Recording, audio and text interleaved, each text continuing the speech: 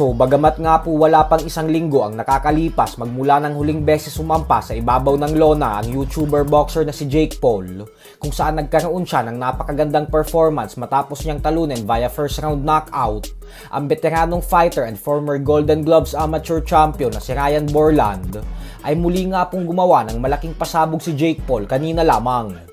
Ito po ay matapos ng opisyal na pag-aanunsyo nito na magtutuo silang dalawa ng heavyweight world champion and boxing legend Iron Mike Tyson.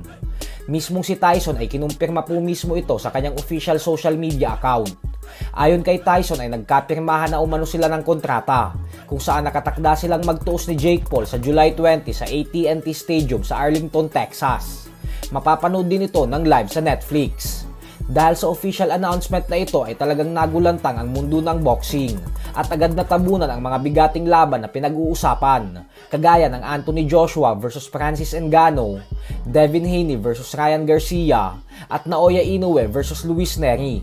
May mahigit 80,000 seating capacity ang AT&T Stadium at inaasahan po na agad masosold out ang nasabing venue sa oras na ilabas na ang mga tiket sa publiko.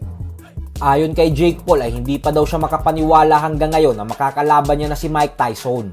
Parang kailan lang umano ay nagsilbi lang siyang undercard sa exhibition fight ni Tyson at Roy Jones Jr. 3 taon pa lamang ang nakakalipas, kung saan tinalo niya via second round knockout ang former NBA slam dunk champion na si Nate Robinson. Tapos ngayon umano ay mismong si Tyson na ang makakatapat niya. Dito niya daw masusubukan ang kanyang sarili kung sapat na ang kakayahan niya at talento upang matalo ang isa sa pinaka-legendary fighter sa buong kasaysayan ng boxing. Ganun pa man ay nababatikos naman nga po ito ng mga fight fans. Gawa ng masyado na umanong dehado si Tyson sa sitwasyon na ito. Gawa ng may edad na itong 58 years old tapos halos 2 dekada na ang nakakalipas magmula ng huling beses itong lumaban sa professional boxing. Habang si Jake Paul naman ay batang-bata pa sa edad na 27 anyos lamang. Tapos nanggagaling pa ito sa dalawang magkasunod na panalo via first round knockout. Kaya hindi maiwasan ng madaming fans na mag-alala para kay Tyson.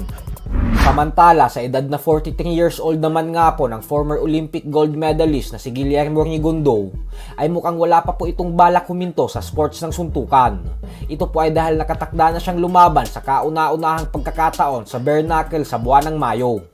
Para po sa mga hindi nakakaalam ay ang bare knuckle fight po ay yung boxing pero walang gamit na gloves. Kaya mas delikado po ito. Hindi po natin alam kung ano ang magiging performance dito ni Rigondeaux.